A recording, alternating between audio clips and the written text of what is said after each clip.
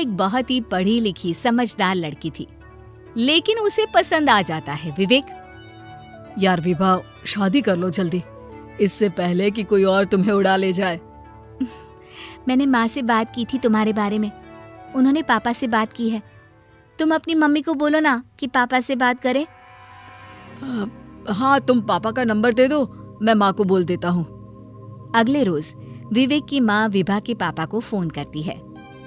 जी बहन जी, बस समय मिलते ही हम लोग पक्का आपके घर आ जाते हैं।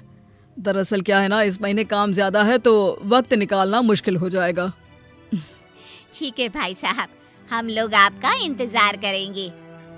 तभी विभा के पापा को विभा की माँ कहती है, क्या बात है, क्यों टाल रहे हैं? जाना है तो जाकर मिल लीजिए ना, क्यों बहाना बना रहे हैं? अरे पहले पता तो चले कि लड़का करता क्या है। वैसे तो विभा समझदार है, लेकिन लोगों का भी कोई भरोसा नहीं। अच्छा खाने कमाने वाली लड़की मिल जाए तो पटाने में कमी नहीं रखते। खैर, विभा के पिता विवेक के बारे में पता लगाते हैं तो पता चलता है कि उसकी तनख्वाह विभा से बहुत कम है। विभा बेटी, विवेक के बारे में सारा कुछ तुझे पता है। वो कितना कमाता है, क्या क्या जिम्मेदारियां हैं। हाँ पापा, विवेक ने मुझसे कुछ नहीं छुपाया है। वो बहुत हार्ड वर्किंग लड़का है। पापा, मैं उसी से शादी करना चाहती हूँ। पिता बेटी के सामने झुक जाते हैं और विवेक की माँ से मिलने जाते हैं। देखिए भाई साहब, मेरे पास तो बस ये एक बेटा ही है। ये मकान भी किराए का है। अरे बहन जी, मेरी भी शादी के वक्त में कुछ नहीं था। दोनों बच्चे मिलकर मेहनत करेंगे तो बहुत आगे जाएंगे। दोनों परिवार के लोगों को एक दूसरे की बातें अच्छी लगती है और विभा की शादी विवेक के साथ हो जाती है। लेकिन शादी के बाद बहू, वो क्या है ना, हम लोगों ने शादी के लिए कुछ पैसे उधार लिए थे और पहले के भी कुछ उधार हैं तो। हाँ माँ जी, मुझे विवेक ने सब बताया है। हम लोग नौकरी करके सब कुछ उतार देंगे। ये लीजिए, मेरी सैलरी पूरी है। अरे बेटा, कुछ पैसे तुम भी रख लो। अरे नहीं माँ जी, मैं मैनेज कर लूंगी, ज्यादा खर्चा भी नहीं है मेरा।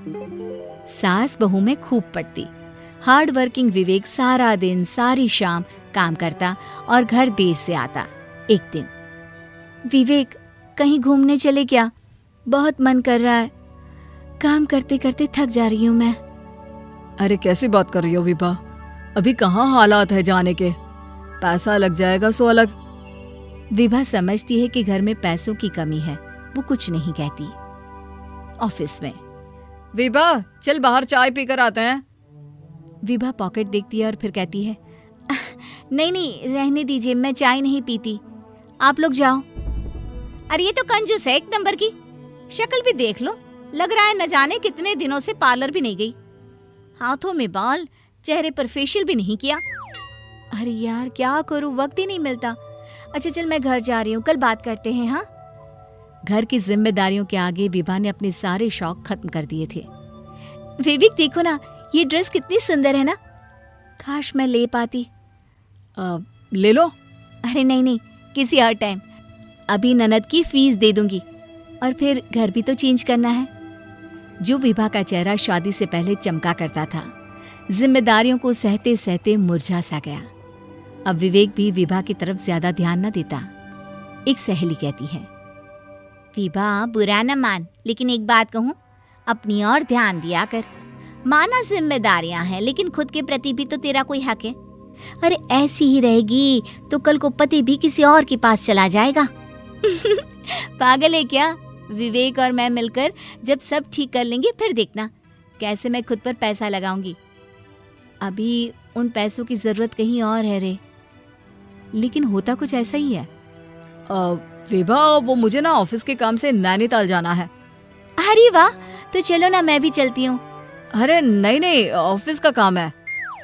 अब विवेक आए दिन घर में झूठ बोलने लगता है। उसे शराब की भी गंदी सी आदत हो जाती है। विवेक, इस बार तो तुमने पूरी सैलरी दी ही नहीं घर पर, क्यों? क्या है यार, जब देखो किच किच है? सारा दिन रात ऑफिस में काम करो। अरे क्या हो गया, अपने पर कुछ पैसे लगा लिए तो। अरे ठीक है, ये बात रही तो मैं भी अब वही करूंगी जो दिल करेगा। माँ जी, मैं आज पार्लर जाऊंगी, इस बार सैलरी में से पैसा थोड़ा कम दूंगी। हाँ हाँ चली जा, लेकिन तुझे तो पता है मैंने तो पार्लर जाना ही बंद कर दिया। तेरी ननद भी बोलती है कि माँ कंडीशनर खत्म है। वैसे विभा, ये पार्लर वार्लर जाकर कुछ होता नहीं। हाँ ठीक है माँ, मेरे पास अब कपड़े नहीं बचे, मैं कपड़े ही ले लेती हूँ। हाँ हाँ क्यों नहीं, मेरे लिए और तेरी ननद के लिए भी देख लेना, कुछ मिल जाए अच्छा तो। मेरे लिए ना वो कुर्ता ले आना जो आजकल बहुत चल रहा है ना। बेचारी विभा क्या करती, सब भूल कर फिर लग जाती है कमाने धमाने और विवेक का घर चलाने। लेकिन वहीं विवेक, अरे विभा, इस महीने मेरा टैक्स कटेगा 20,000 रुपए। पर इस महीने तो हम लोगों को पैसों की सबसे ज्यादा जरूरत है। आपको तो पता है, आप रिक्वेस्ट करिए ना उन लोगों से। अरे नहीं यार, ऐसे नहीं होता। और वैसे भी इस महीने मुझे जामनगर जाना है काम के सिलसिले से। विभा क्या कहती, लेकिन एक रोज विभा विवेक के कपड़े प्रेस कर रही होती है कि अरे ये क्या है। विवेक की जेब से उसे गोवा की टिकट मिलती है जिसमें विवेक के साथ किसी और लड़की का नाम होता है। विभा टिकट देखकर दंग रह जाती है। जब रात में विवेक वापस आता है तो विभा उसे वो टिकट दिखाती है। ये क्या है विवेक, तुम तो ऑफिस के काम से बाहर जाया करते थे। विवेक चौंक जाता है, उसके चेहरे की हवाइयां उड़ जाती है। विभा रोने लगती है। अरे क्या हो गया, क्यों रो रही है ये? अब मैंने कुछ नहीं किया, मैं बताता हूँ। वो नहीं, मैं बताती हूँ। ये 20,000 इसी टैक्स में कटे थे ना, तुमसे ये उम्मीद नहीं थी विवेक। अरे विभा, मेरी बात सुनो। विभा टूट सी जाती है, उसे लगता है कि अब उसकी जिंदगी में कुछ बचा ही नहीं। वो रोने लगती है। अरे देखो यार खुद को, बाल कहीं जा रहे हैं, चेहरा कहीं। मैं अब तुम्हारे साथ नहीं रह सकता। विभा भी कुछ नहीं कहती, वो वहां से अपने मायके चली जाती है। लेकिन कुछ महीनों बाद एक दिन विवेक विभा के घर जाता है। विभा, मुझे माफ कर दो, मैं तुम्हें लेने आया हूँ। हाँ बेटा, विवेक से गलती हो गई। वो लड़की सिर्फ विवेक के पैसों के लिए उसके साथ थी। विभा पिता की तरफ देखती है। मैंने तो विवेक का पैसा नहीं देखा, बल्कि जब मैंने विवेक से शादी की थी तब वो मुझसे भी कम कमाते थे। ऐसी लड़की को भी जो आदमी छोड़ सकता है, उसके साथ जाना सही नहीं है। मैं वापस नहीं आऊंगी। फिर तो विवेक गिड़गिड़ाता रह जाता है, लेकिन विभा वापस ना जाकर